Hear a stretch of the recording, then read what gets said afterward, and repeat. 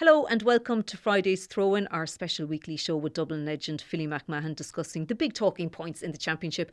I'm Sinead Kassan and we're also joined by the Irish Independent's Conor McKeown. Now in this week's episode we look at Dublin as they start their championship with their credentials being questioned. Philly tells us some home truths and his important advice for the Wexford players. Philly, first of all, are we fooling ourselves into thinking that this is an open Leinster championship? I hope not. I mean, if it's starting to go by in terms of the league and how good it's been, and how many teams are in contention of competing for the latter stages of the championship, I hope not. But who knows? I think there's still a bit of an imbalance. I mean, like the key thing for me here is, I was chatting to a guy, club backroom team member from Ballymun Kickums, and he was on to me about, we put up a post around the social media asking questions, what do you want the topics. So for everybody that's listening in, thanks for the questions on Twitter and Instagram. But he said, what do you do if you're a manager? How do you actually get a team that's a big underdog to compete with the favourites, like, you know? And I says, you asking me or asking how I did it? Because from 2008 to 2010, where we started to compete for All Irelands, we weren't at that stage, so there was very few years where I had to kind of deal with that. But for me, if I was in the change room of Wexford, it should have, this whole kind of level of self-talk and frequency of energy should have started pre-season. You know, at the start of the season, this is what our target points are throughout the year. We want to develop a structure and a tactics around, you know, that we need going into the championship against possibly the Dubs, because they're the biggest team in Leinster we're going to come up against. So if we've got a structure and a game plan, and that we implement and we practice and we take the flaws and build on it in the league, so that we're confident then going into to play them in the championship. I think there's a huge bulk work of that. But then it's getting them to think at a higher frequency. Like when you were a kid, if you were sitting in a classroom and you were daydreaming, the teacher would snap you over. They'd say, he or she would say, stop daydreaming, Philly, wake up, get focused. So we stop fantasising, right? So if you're going out to compete against a team that's fantasising about winning an All-Ireland, and you're fantasising about just kind of staying in the championship or just trying to keep it tight and possibly get over the line, you're not going to win. You're going to struggle. And I think, in fairness to Wexford last year, they were better than I expected, but their whole, if you were to basically look at their performance and then look at the mindset of the group, you could see what way they were performing based off their mindset. So will Wexford be thinking at a higher frequency, do you reckon, on Saturday? Well, they'll definitely be thinking at a higher frequency based on what they did last year against Dublin. You know, like, remember, Dublin's Leinster quarter-final games over the past 10 years have been very forgetful experiences for most people, because they've just steamrolled teams, because that's the way Jim Gavin approached games. A championship match was worth, I'm sure Philly will tell you, that the preparation for any team in Leinster was identical to what it was in the All-Ireland semi-final in terms of what you did, analysis of opposition. So that's the reason that they did it. But last year it was definitely different, because I think the questions over Stephen Cluxton at that stage hadn't been fully answered. And it was the first day out really for Dublin, kind of the new Dublin team. You always sort of got the suspicion with Dublin in 2020 when they won the All-Ireland in the lockdown that it was nearly off the fumes of the previous year, whereas that was the first, you know, the new Dublin team, Dessie Farrell's Dublin team. And they kind of raised a few eyebrows how much they struggled for periods of that game. They never really got going. Now, it's very easy to draw a line between that and losing the All-Ireland semi-final. But that's kind of what happened, you know. So whether it's symptomatic of anything further down the tracks, I don't know. But the question of how you build a weaker team up to compete at a higher level, that's a really interesting question. I remember interviewing Neil Ewing, who played for Sligo for 14 years. He only retired last year, and he was saying, like, the days of a Paddy O'Shea coming into a Westmeath and, like, you know, flogging them and running them around fields and getting them up to a level and getting a giant kill, that's gone. Like, that's minimum requirement. To get on an inter-county training pitch, you're already as fit as you can be. You know what I mean? You might condition yourself to get slightly bigger, a bit stronger, whatever it is, move a little bit better. But the low-hanging fruit there, you know, to as such, of a smaller county, to make 2 or 3 very quick step-ups, that's already gone. That's, like, every team has that level of fit. So what you need is, you know, it's nearly a question of sort of mentality and and Philly said this a lot of times as well. Like, is there a big difference tactically between any of the teams out there? Not really. Like, I was at a game last week in Aughrim between Laois and Kildare, two teams who'd be playing Division 4 next year, and it was a very modern game. Do you know what I mean? Like, both teams knew exactly how they were going to defend. Both teams knew exactly what to do against a team with loads of players behind the ball. So tactically, like, teams that are competing at Division 4 level are already at a standard. Physically, they're mostly at a standard. So wherever the big step up is to be made, it's not in those very obvious areas. So how did you motivate yourselves, Philly? I mean, obviously, when it came to the All-Ireland stage, there'd be no problem. But how did you motivate yourselves to continually kind of railroad those Leinster opponents and keep that motivation there? Because everyone else thought these games were a conclusion, and they always were. The boring answer is competition. There was so much competition within the squad that the players that got the jersey early were the ones, and if they were consistent then over the championship games, you kept, because you wanted to play in an All-Ireland at that stage. When I was playing an All-Ireland semi-final or final, because that's where we were getting to. So there was a big carrot at the end of being consistent in terms of your performances, and in a nutshell, we all kind of understood that it was only 5 or 6 games. That's all it took. So the hard part is, being really up in your performances in the first couple of championship games, and then trying to hold that to semi-finals and finals, because there's been times where I myself and other players that I've been competing against for the jersey, that they played so well at the start, and then they kind of, maybe, I don't know, complacency or just drop a form, that you lose your jersey in All-Ireland semi-final or a final. It's the worst time to drop in your performance. Like, so that for me is key. And then the other thing is that there is a bigger, I would sense there's a bigger risk equals reward in terms of the opposition you play. So right now, Wexford, if there's an obvious energy around if you play a Kerry, Tyrone, Mayo, and the top 5 or 6 teams in the country. If you play a team that's maybe Division 2, specifically 3 and 4, you're kind of like the bar drops a little bit. Your paranoia of the opposition drops a little bit. So that's when your attitude, and what's your attitude? People say in sport, your attitude is like, you've just underperformed, get your attitude right. Your attitude is how you think. And then them thoughts give you feelings, and them feelings give you actions. So if your attitude, if you underperform and you question somebody's attitude, it's probably because the first thing was they were thinking wrong. So when we're playing, if I was playing Wexford this weekend, I'd be saying, well, what am I thinking first? What's the image I'm building in my head here? And then what will that make me feel? So if it's just, I just want to, get the jersey and play whatever this week, or if it's, I'm going to be the best I possibly can, and I'm going to imagine I'm playing the best player in the country, regardless of what information I have on them, because the information is quite limited in terms of those teams, because not in the media as much, the focus and the cameras aren't on them as much. So that's the difficulty. And the years and years of Dublin players coming out and saying it's actually quite hard to play against teams that are not up at the top of the pendulum. You're kind of like, that's not bullshit. Like, that's what happened. Like, we were trying to compete with the noise, compete with a team that would bring a different attitude out in you, and there's loads of different ways of, I suppose, preparing for a team that's at the top end and a team that potentially is a banana skin at the other end. Just flip that for a second. Imagine if you had to go down and give a talk to the Wexford players. What would you say to them? Because Dublin are vulnerable. We don't quite know what to expect from them. It's kind of a situation we haven't found ourselves in quite a while, and relegation to Division 2 next year. As I said, it wouldn't be one thing. It's very complex. You ask yourself, why does an underdog win? In terms of the underdog doesn't win all the time for a reason, right? Because there's loads of different things that make the favourites win. But why does the underdog win? When they do win, like why did Leicester win the league a couple of years ago in the Premier League, when they at some stage, they probably at the start of the season didn't realise that they could do it. So they need to fantasize.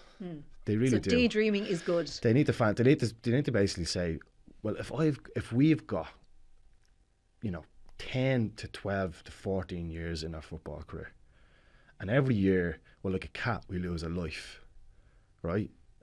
like, what do we want to do with our career? What do we want to look back on and be proud of? Or do we want to look back and go, every year we just try to potentially beat the Dubs? You know, instead of going, like, you know, when we look back here, we had a vision. We had something, a bigger purpose than us as an individual. There was something bigger. And that's ultimately what I would be nearly brainwashing the Wexford players from the start of the year.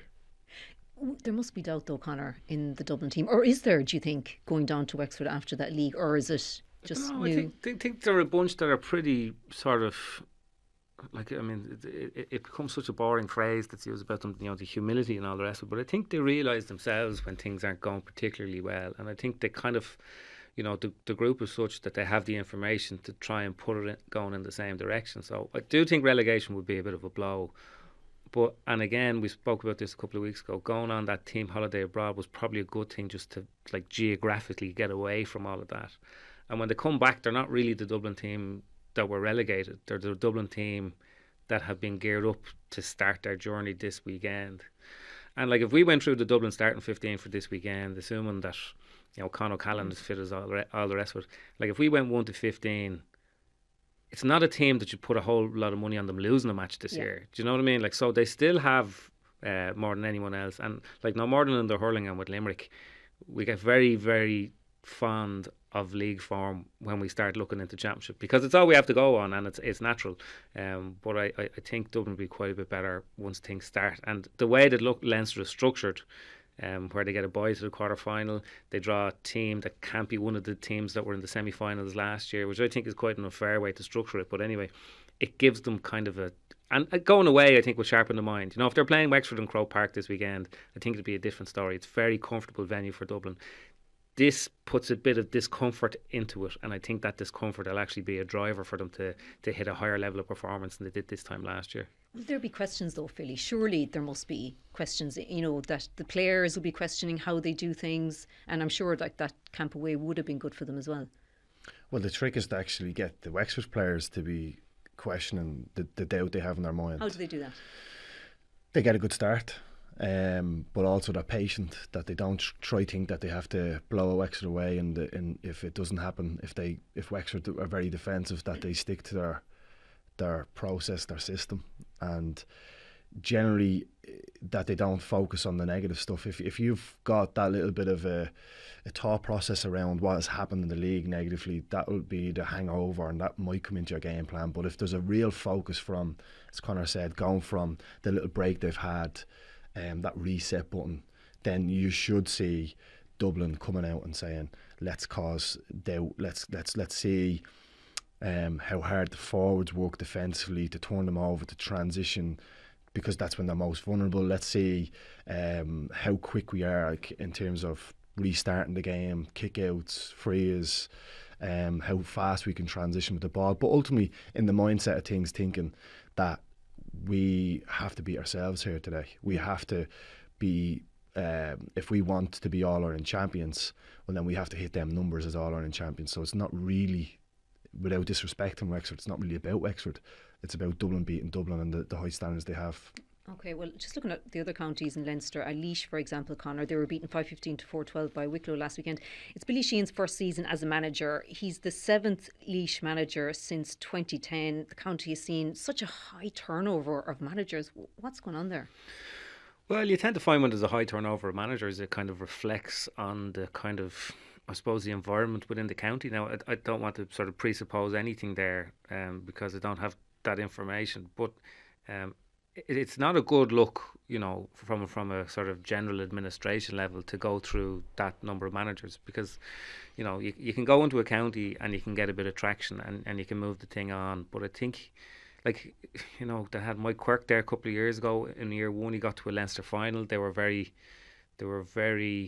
like, they looked like a team going in the right direction, and then the following year they completely flatlined. And you'd love to know what that was. Like, Mike Quirk is now a selector with the Kerry senior football team, so he obviously knows what he's up to. You know, John Sugru came in there. He had a couple of promotions very quickly, and things unravelled very, very sharply around him.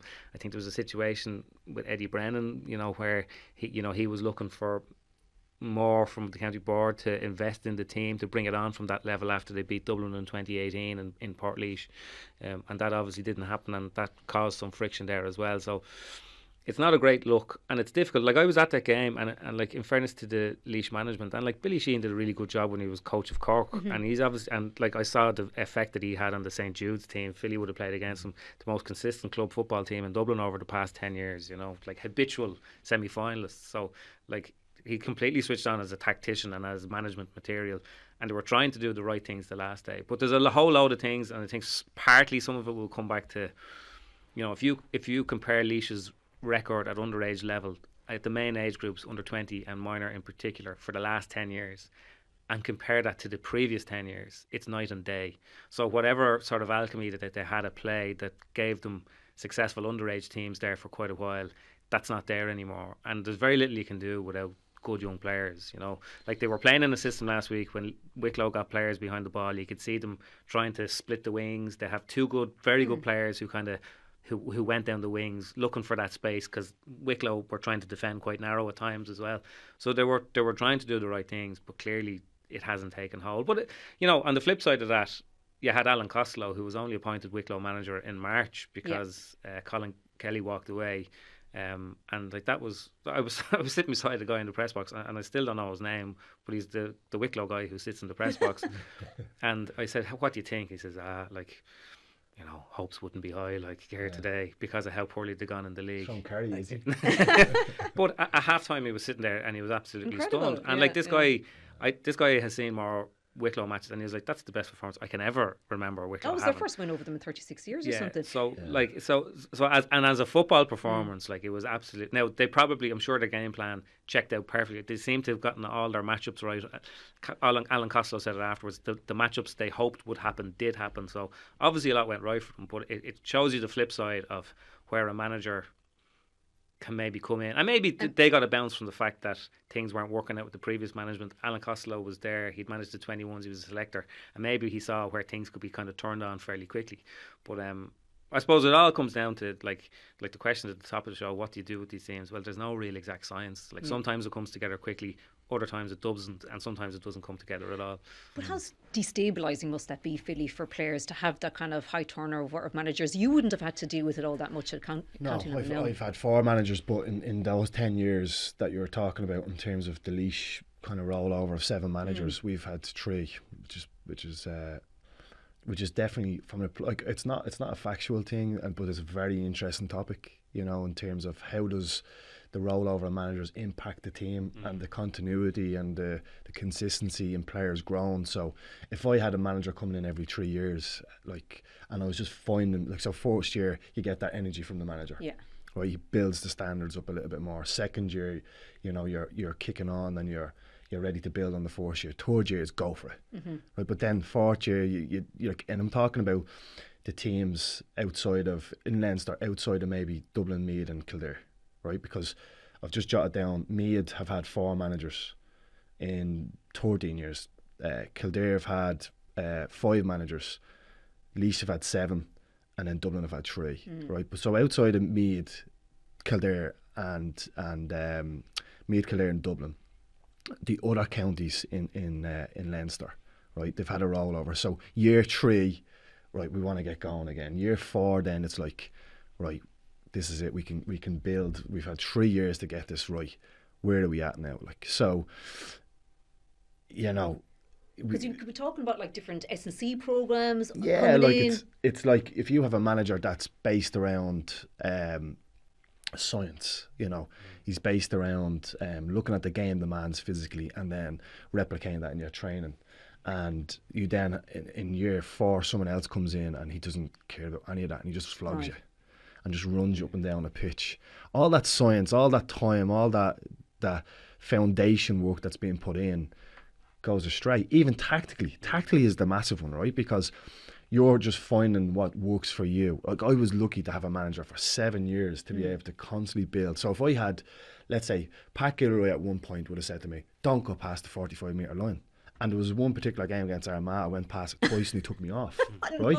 So I was constrained as a corner back. Now, if Pat Gilroy stayed on for the next 3 or 4 years, either he would have probably dropped me a lot more, or he would have hopefully eventually went, this fella can actually cause danger going forward. Yeah. But Jim Gavin did see that. Yeah. And it was like, it was a slow process to, like, we can't argue with Philly going forward because he causes hassle and he takes his man out and does his job and we ask him. But they're the difficulties that you'd have as a player, you know. And then there's the other side of it. Players might want a quick change around but that's a negative thing. They're like, this fella's not giving me a shot, so please go. So someone else that comes in might give me that opportunity. But the flow over of managers, I think, has a huge impact on the consistency of development. And it's a no-brainer why Kildare, Dublin and Meath are, you know, Division 1 and then obviously Division 2 at some stage. We see it across the water as well, like in the Premier League, you know, Man United, Klopp, Guardiola. I mean, the stability that they bring. Well, if you want to see, like, even say the best test case now for talent production and harnessing talent at the moment is Limerick hurling. Very clearly. Fair chance they're going to win a 5th All-Ireland in 6 years this year. After the fallout over Justin McCarthy and the strike and all of that crack, they got together and put together the Limerick Hurling Academy. And they don't talk very much about it down there. That's because the Dubs, yeah. the Dubs like Blue Wave took over. Dubs. Yeah, the Blue Wave took over. But all it was is like it was a physical venue with pitches, and all the Limerick development squads trained there, and they all went through the same S&C athletic development, and they all underwent the same coaching. And I think they might have had a performance coach there as well that told them about their lifestyle and everything else. And okay, I'm sure that John Kiley and Paul Kinnaird have an awful lot to do with Limerick being so successful as they are at the moment. But every single player, there might be 2 or 3 years in the difference in their age group, but they all came through the same kind of coaching. So by the time they came out, like you talk about raw material, they weren't raw material, they were polished material. And they knew exactly, like, look at the size of some of them, like, do you know what I mean? And like their hurling is absolutely impeccable. They can all play to a squad. So that's the flip side of it. That's one. But look at Mickey Hart and Louth. Like, Louth were a bit of a rabble until he took over. And my friend in the press box in Wicklow was telling me about Louth got promoted on the last day of the year from beating Wicklow. And he said, towards the end of the match, I think Louth had a player, or Wicklow had a player sent off and Louth were well up. And he said that Mickey Hart stood up on the sideline and he shouted, Darver. And Darver is the name of the centre of excellence. And it was a code word. And all the Louth players moved into formation. And from the kick out, the ball was batted down to a runner. The forwards started to move, they threw the ball in and they batted the ball into the back of the net straight from. So that's the level of coaching that they had undergone in the past 2 years. That Mickey Hart was conditioning as well, actually, of those Louth players that day. Yeah, but he was calling plays from the sideline and they were able to get a goal from a kick out. But they were consistent. That like you're talking about the conditioning. That conditioning is easier because you know what your job is. Yeah. So everybody knows their job is. The level, as you said, of coaching is important. I'll go back to Irish soccer in terms of the international team. I would love to be in a change room and I'd love to pick their brains of what is your vision? What do you want to achieve in your career? Some of them might say playing a championship, World Cup or Euros. Some of them might say 100 caps, right? Now, if you were to go into Germany, possibly England, possibly Spain, and say to their same players, what's your vision? What do you want to achieve in your career? What would they say? Win a World Cup. Win a World Cup, right? Win a Euros. So that level, I think, that's the space. So what I'm saying is that passes down to the younger generations of international players, doesn't it? So if you're a young lad going into the first team in the international squad, and that's the energy and that's the noise, that's what you live up to, that's what rub off on you. But what about fantasy versus reality, though, as well? Well, eventually it becomes that. If you have a fantasy, and you like a fantasy is basically something you've never achieved, something you don't know how to plan to do, and something that's frightening and actually is exciting at the same time. So that basically if you don't know how to do it, but you start your vision is basically I want to be an All-Ireland champion.